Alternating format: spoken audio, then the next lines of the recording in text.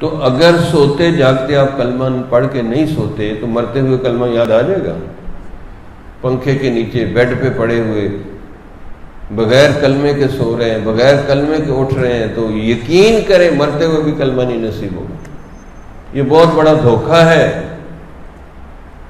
جب آپ پنکھے کے نیچے سہولت میں آرام سے سوتے ہوئے بھی کلمہ نہیں پڑھتے، جاگتے ہوئے بھی کلمہ نہیں پڑھتے، تو کیا زبردستی آپ کو اللہ کلمہ یاد کرائے گا موت کے وقت؟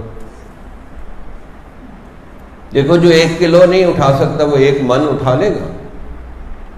جو سہولت میں آسانی میں نہیں کلمہ پڑھ کے سوتا، تو کیا وہ مرتے ہوئے کیسے کلمہ پڑھے گا؟ اس کو یاد ہی نہیں آئے گا۔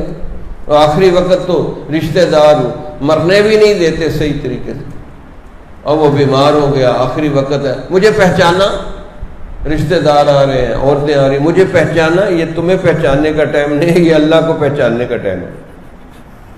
مرنے بھی نہیں دیتے صحیح طریقے سے۔ کس سے مانگے، کہاں جائیں، کس سے کہیں